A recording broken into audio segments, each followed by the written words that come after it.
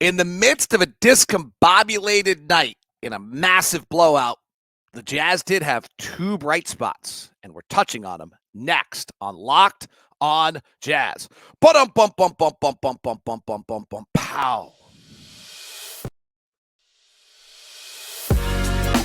You are Locked on Jazz, your daily podcast on the Utah Jazz.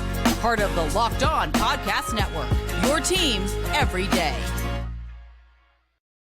How are you? I am David Locke, radio voice of the Utah Jazz, Jazz NBA insider. This is Locked on Jazz, your daily podcast on the Utah Jazz, giving you insight, expertise, geeky numbers, and hopefully making it way better to be a Jazz fan each and every day. On today's show, we will talk about two bright spots. Two people are shining in the midst of a disappointing performance in Memphis. What happened in Memphis? That was pretty ugly.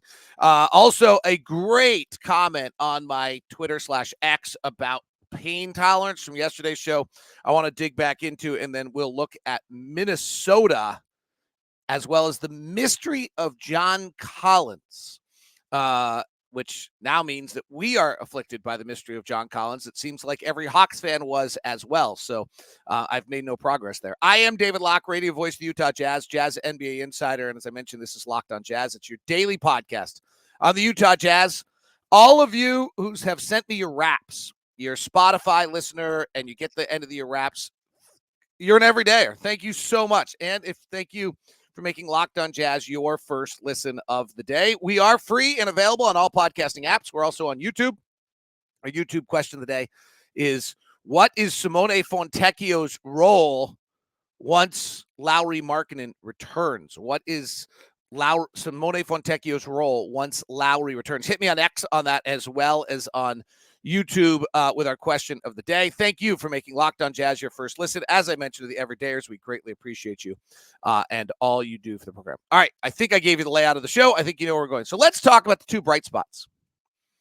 One of the questions was whether Walker Kessler, when he opened the year this year, was going to have, he didn't seem to have the same impact that he had a year ago when he was the third best defensive big kind of after he started in the NBA. If you go back and look at his numbers, Brook Lopez was better in that time period, and I think Jaren Jackson was right up there in his MVP or his Defensive Player of the Year season.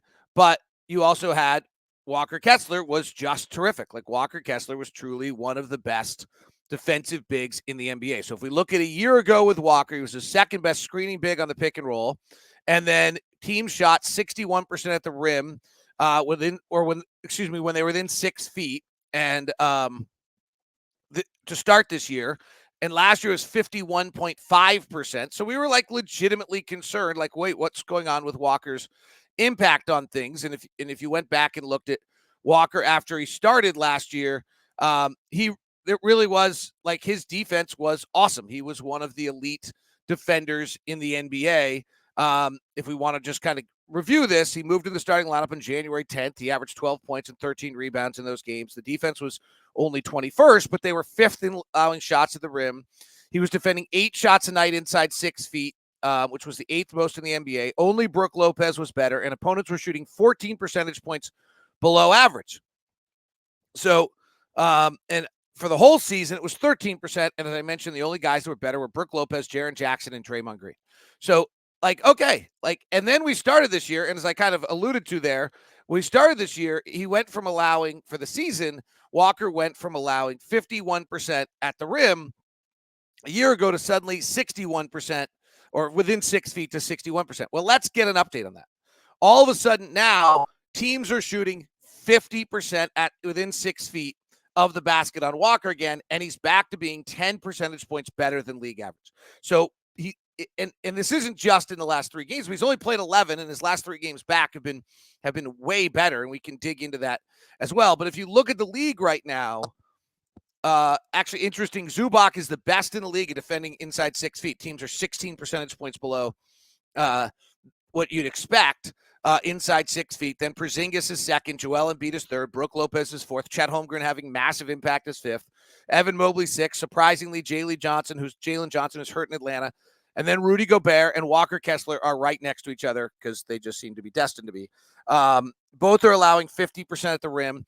Walker's defending 6 a game, which is a little lower than it was, but he's also playing a tiny bit less than he was a year ago, and I think he's ramping up to be able to play more. Walker, a year ago, I think the number, I just said it a minute ago, and of course I can't remember, but I think he defended 8 shots a game at the rim, and he's down to 6. So that's noticeable, and he's got to get back to having that same impact. But it's really a positive sign that you can see that all of a sudden Walker is back to having the impact that he's been having on games from and previously. And if you look at, I just pulled it up. I thought just while we were talking there, that might be a good idea. If we look at the last 3 games for Kessler, he's defending 7 shots a game at the rim. Teams are shooting 30%. 30% at the rim. So the differential is 28.3 in the last 3 games. Like, he's been really impactful again. And so that is a great sign. Like, in regards to the importance of what's going on, having Walker Kessler kind of have that positive impact on things again is a great sign. And then tonight's a big challenge, obviously, with Rudy Gobert. And I think at some point, the Omer Yurtseven against Jonas Valanciunas was really, really good. Omer Yurtseven against a more mobile big like Jaren Jackson was not. And frankly, Omer Yurtseven is not going to be our starting center for the future. Walker Kessler is. And so Walker's gone from 21 to 27 minutes, and I would suspect he moves in the starting lineup pretty quickly. And by the way, he's averaging 11 points, 9 rebounds, 2 assists, and 3 blocks a game. He's kind of right back to where he was before, and he was right before the injury as well. And it's worth remembering that the injury happened on opening night. So that's a great sign, is that we're seeing Walker Kessler kind of return back to being Walker Kessler that we anticipated he was going to be. The second great side is, who knew that Simone Fontecchio was a defensive stalwart? This is nuts. So last night, Simone Fontecchio, and everydayers, you've already heard the other numbers. If you're first, thanks for making Locked On Jazz your first listen. I'll get to the numbers of what he's done now in the last 3 games. Some of you know what's coming. All right, so last night, Simone Fontecchio guarded Desmond Bane, who's a 6'5", 25-point game scoring guard who is like nasty and comes off screens, pin downs, catches, drives, 3-level scorer, like lots, like nasty. And probably, for a guy, Simone's big, but like, I think everyone's first reaction would be like, well, okay, I don't think Simone is going to handle this matchup. And early in the game, I thought, well, he guarded Brandon Ingram, but Ingram's catches and kind of is mundane off the dribble and not going anywhere. And I don't think that you're going to have, like, Bane's really driving to the rack, doing a bunch of things. So last night, Simone guarded this score in the matchup numbers, and there's some flaws with this, but he guarded Desmond Bane 74% of the time they were both on the floor last night for 29 possessions last night. Desmond Bane got 1 shot off. It was a 3, and he missed it. In fact, in the entire time Simone Fontecchio was on the floor last night, only 1 player took a shot when he was the primary defender. Like, Will Harden wants Ochai Agbaji to think about being like a primary defender. He wants these guys. Like, Simone's doing it. Simone is playing insanely hard at every position. Will Hardy was really interesting after the game the other day, or before the game the other day, about what is it that Simone does so well. And that is the fact that he does this incredible job of going in and never dying on a screen. Never, ever dying. And so what he said that I think was most interesting was that when he gets caught and he's trailing and Valanciunas set to pick on him, his ability to fight back into the play is elite. So when trailing, and his length, I think, allows you to do that as well.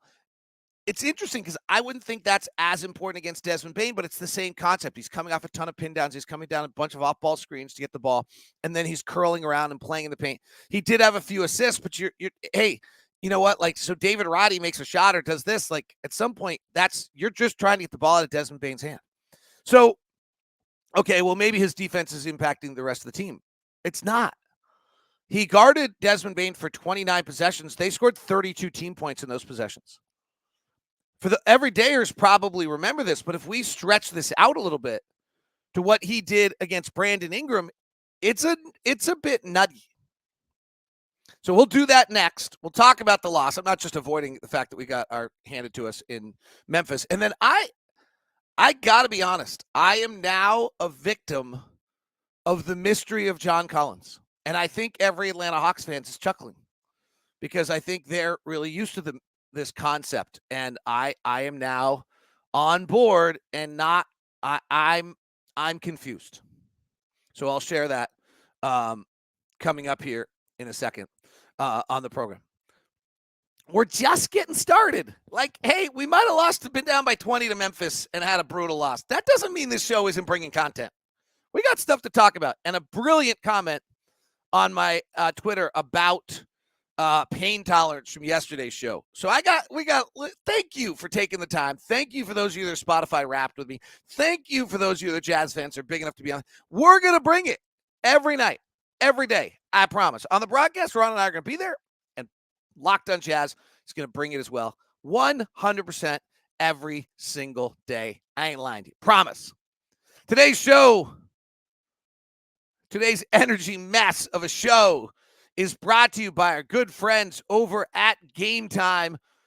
Game Time is the official NBA app ticket app of Locked On. I've used Game Time for various things recently as we've kind of increased, my wife and I have increased as empty nesters, our event taking in. And Game Time's really great for multiple reasons. But for me, there's 3 things I want in a ticket app. 1, I want to have it to be easy to find and buy tickets for every kind of event in my area. Don't make it hard for me. It's super easy. Number 2, I want a view from all the seats in the venue so that I don't end up with an obstructed view. I bought pink tickets in in Indiana on the road for through Game Time. I want a lowest price guarantee. I want event cancellation protection, and as well. So I want the lowest price guarantee. They do that. And if you find the ticket somewhere else, you get 110%. I want to know I can get tickets late for a great deal. For an average of 18% savings with zone deals, you can pick the section and Game Time picks the seats and gets you the best seats possible. Game Time guarantee means you'll always get the best price if you find tickets in the same section or row for less. Game Time will credit you 110% of the difference. So that's why Game Time is the official app of Locked On and why Game Time is your answer. So now download the Game Time app, create an account, and use the code LOCKEDONNBA for $20 off your first purchase. Download the Game Time app, create your account, and use the code LOCKEDONNBA for $20 off your first purchase. Download Game Time now. Last-minute tickets, lowest price, guaranteed. Jazz have holiday mini plans available right now, by the way. So if you they have their regular mini plans, but they also now have Utah Jazz have holiday mini plans available. They're pretty great. You also and actually part of what makes them so great, they're at utahjazz.com, by the way. With the holiday mini plan, you ready for this? This is kind of cool. You get Jazz Notes. What? What are Jazz Notes? Jazz Notes are money you can use to buy food or Team Shop. And I think you get $15. So you can go get yourself a new hat or something like that. And you get a ticket to see the Salt Lake Stars. And that last night, our guy Taylor Hendricks was awesome. So that's all at utahjazz.com for you. Thanks so much for tuning in to Locked On Jazz today. Locked On Podcast Network, your team every day. If you haven't caught it, the new national 24/7 stream is Locked On Sports Today. I plan to have it up in the room all day long. Fired up for it.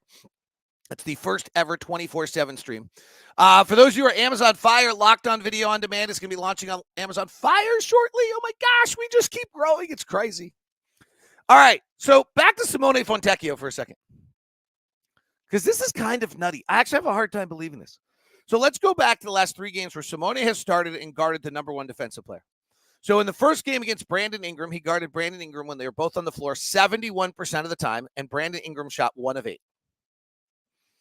And the Pelicans scored 18 points in the 35 possessions in which Simone Fontecchio was guarding Brandon Ingram.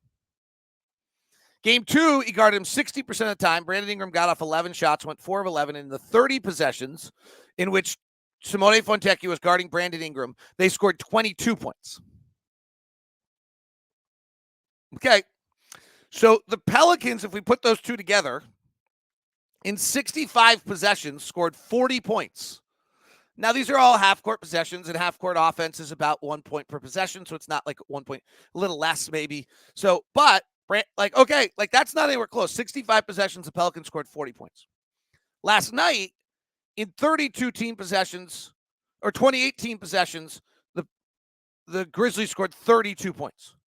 So, all of a sudden, you look at the numbers of in 93 possessions in which Simone Fontecchio has been guarding the best offensive player of the other team. The opponents have scored 72 points in those 93 possessions. We're a dreadful defensive team. And I have a word of caution at the end of this show today.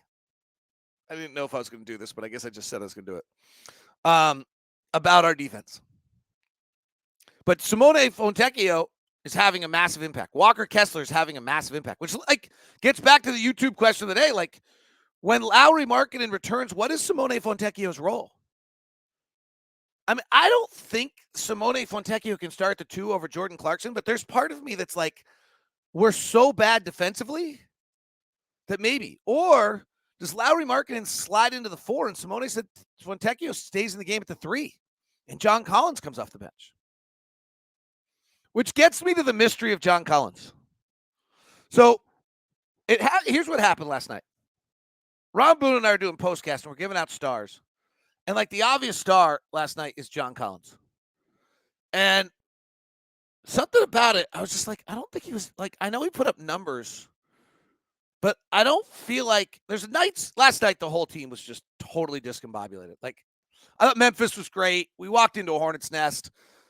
Literally, if you listen to yesterday's show as an everydayer, you heard me say it. Okay, they've lost 4 in a row. They're exactly where we were a week ago. And then Taylor Jenkins' pregame press conference was exactly Will Hardy's press conference of a week ago. And they've come up 3 days of practice, and I was like, we're getting hammered. We're getting hammered. And we got hammered. We started really, really well, and I was like, oh, I was wrong. And then it happened. It came undone. And Will Hardy's point afterwards is we've got to learn how to do a better job of that. And frankly, we can continue to have all these conversations about how we're going to get better and how we're going to do this and how we're going to do that. But this doesn't even include last night. The last 5 games coming in, Keontae George is shooting 31% and 33% from 3. Colin Sexton shooting 41% and 42% from 3. Taylor shooting 33% and 22% from 3. And Jordan Clarkson shooting 34% and 23% from 3. I said those super fast so that you couldn't remember them because they were all dreadful. And then last night, Jordan goes 4 of 10. Sexton goes 3 of 10. Taylor Horton-Tucker goes 2 of 12. Keontae goes 2 of 6. Honestly, our guard play is just such that it's super hard to win consistently. Now, I'm now going to zero in on why. Somehow, I looked at John Collins last night, 17 points, 3 of 5 from 3, 4 rebounds, 1 assist, 1 steal, and something felt empty to me. So I don't know, honestly. He's putting up awesome numbers. In his last 7 games, he's shooting 46% from the field, 42% from 3. He's averaging 14 points in 31 minutes. He's grabbing 8 rebounds. He's been negative every game. Now, we've lost 5 of the 7, but we lost by Phoenix by 3, he was -7. We lost to Phoenix by 3, he was -4. We lost to LA by 32, he was -29. Portland, he was -8. -6 in a win against New Orleans. -2 against -8 last night in 14. It's not. He's really doing some pretty, his numbers are really good. He's double figures every single game all year. Talk about awesome consistency.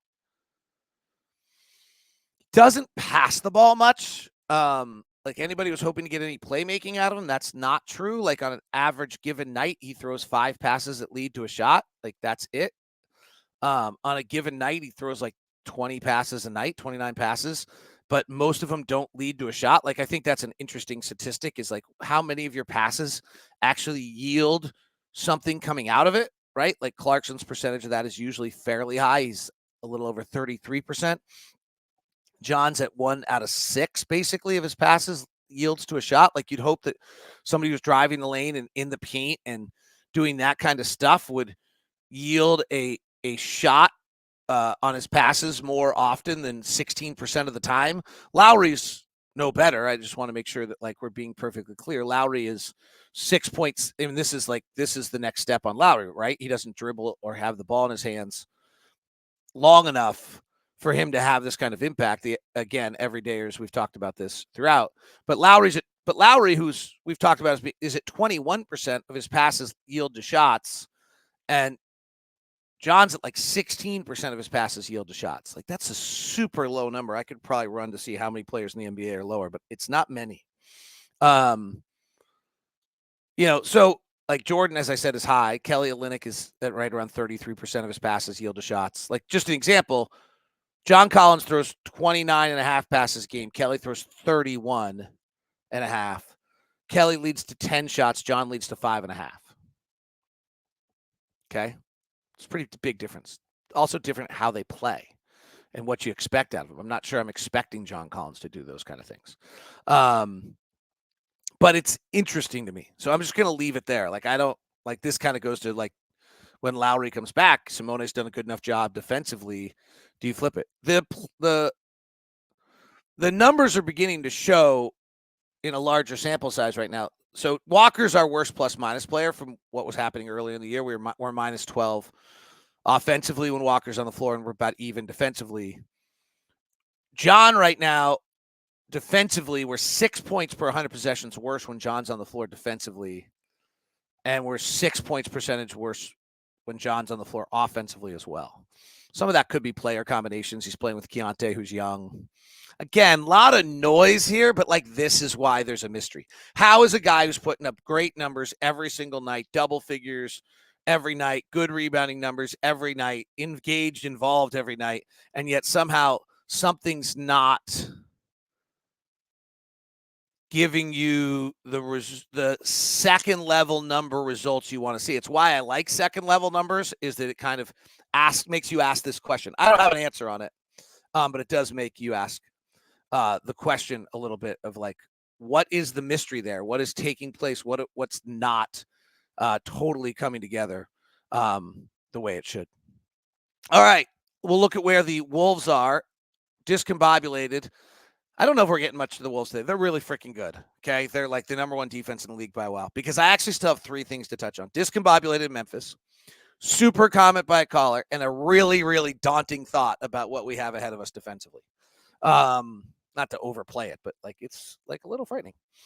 So those things are all still coming on today's show for you. Today's show is brought to you by our friends over at FanDuel. FanDuel.com/lockedon gets you a chance for $150 if you make one bet and you win. I have suggestions, but I'm not allowed to give them to you. So new customers get $150 in bonus bets with any winning $5 moneyline bet. That's $150 if your team wins. So the app is easy to use, wide-ranging over at FanDuel, from spreads to player props to over-unders and more. Just go to FanDuel.com/lockedon to kick off the NFL season and the NBA season.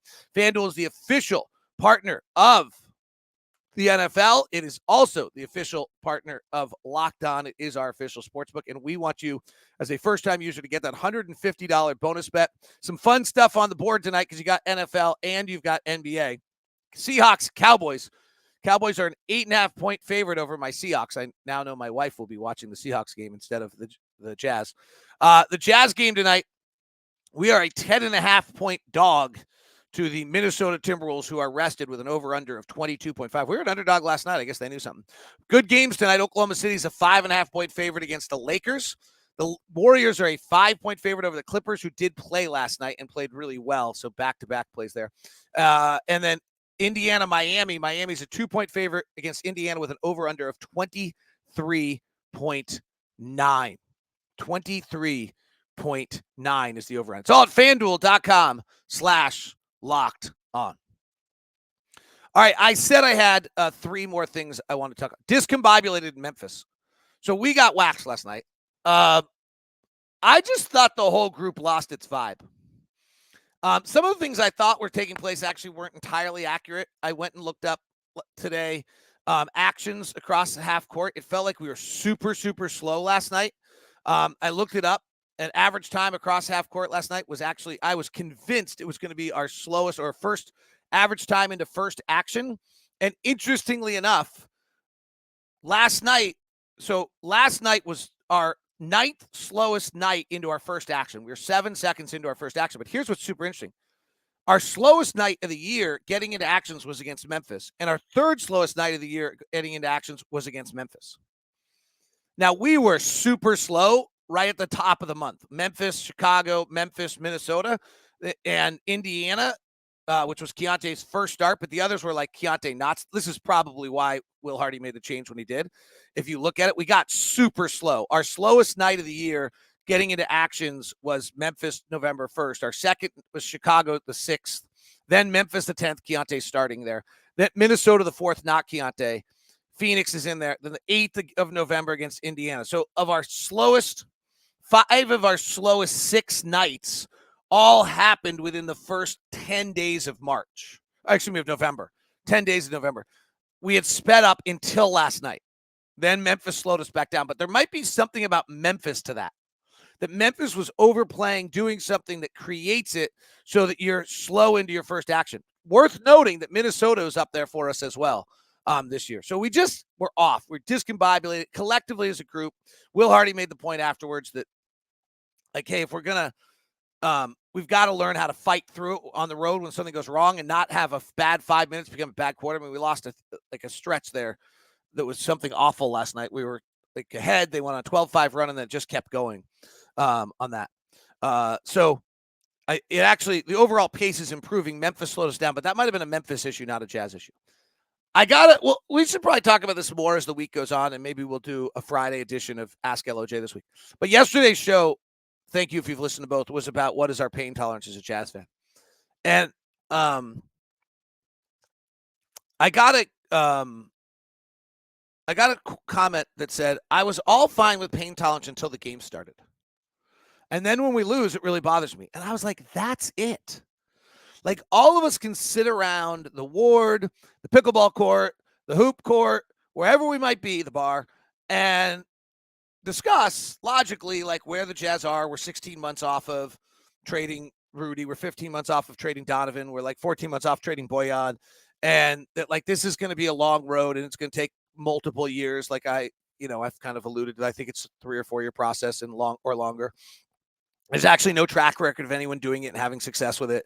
So we really are into uncharted waters that Oklahoma City and Houston are trying simultaneously, and Detroit's trying it, as we talked about yesterday, without any any kind of stockpiling of picks and having a miserable time with it. And, we just don't know. And so we can all sit around logically and talk about that and this and those things. And then once you get into the heat of the battle and you're calling the game, and Bowler and I talk about this all the time, you want to win, and then you don't win or you don't play well and your team doesn't play well and you're excited. It's your night. Like, it's your event. And, I'm 100%. I thought it was a great comment. And I thought about one of the philosophies I have about calling NBA games. The old school announcers, when I was trained, used to tell me, like, hey, you've got to hold back every night because one night you might win a championship and you need another level to go to. And I started that way. And I was like, yeah, it's not really who I am. But also, like, on that given night that I'm calling a game, that you're watching a game or listening, that's the single most important game of that day. And so, yeah, sure, hopefully 5 years from now, we're calling a championship and I don't have another level to go to because I've already maxed it out on a Keontae George dunk. We'll get there. We'll get there collectively. You'll be able to feel it. I've called a championship with the WNBA, and I actually was the most calm I ever was on any broadcast because you could just feel the arena. But my point is that, like, on that given night, that's the single most important thing. So then when you get blasted by Memphis, who sucks, or blasted by Portland, who sucks, and you realize, oh gosh, like that, I got it. Then my pain tolerance is 0 on that night. I thought it was a brilliant comment. So I just kind of wanted to buy into that. I think it's right. We can all logically sit here. I can logically sit here. I can justify, I can explain. But like in the moment when you're rooting for your team and they're getting blasted in Memphis on a team that's 0-8 at home, or when you're getting blasted by Portland who's lost 8 straight, yeah, it's ugly. It's no fun. It sucks. Like, I'm with you 100%. And it's super fun to beat New Orleans. And it'd be super fun to stun Minnesota tonight. So I'm with you 100% on that. All right. Can I just give a fair warning here? I don't know if this is like, someone can tell me afterwards I shouldn't have done this. I just stumbled upon this. So I was prepping for the game from Memphis, and I was like, we have played a lot of terrible offensive teams.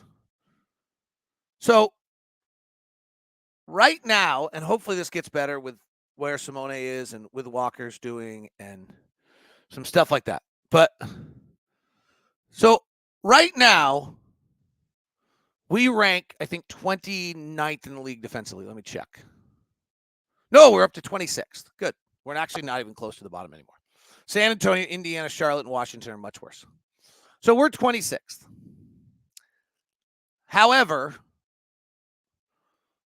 Portland's the worst team in the league offensively. I think we've played them twice, if not 3 times. Memphis, we've played 3 times.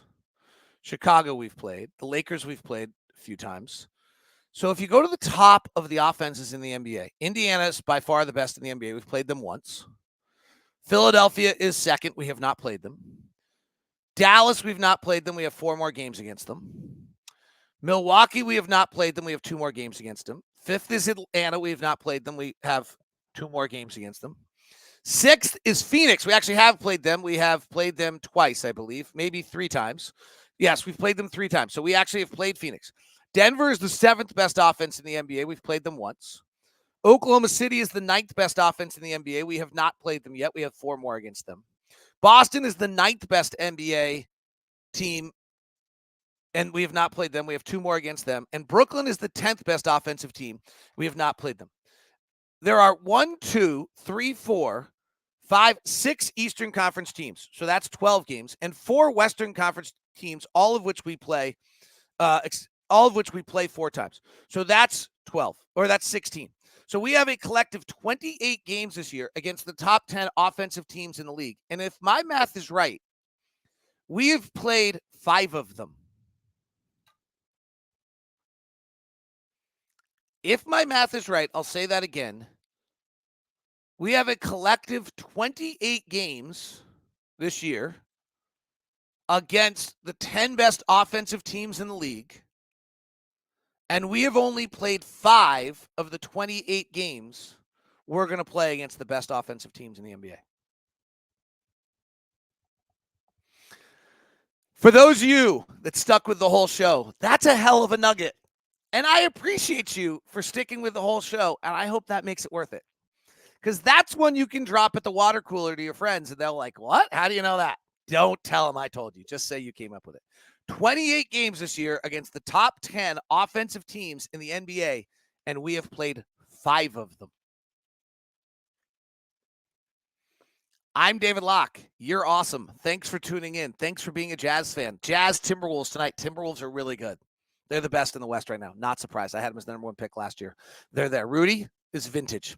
Talk to you soon. It is Locked On Jazz. We now send you over to the daily, first ever, 24/7 YouTube national sports stream, Locked On Sports Today. Have a great day. Thanks for tuning in. I appreciate you.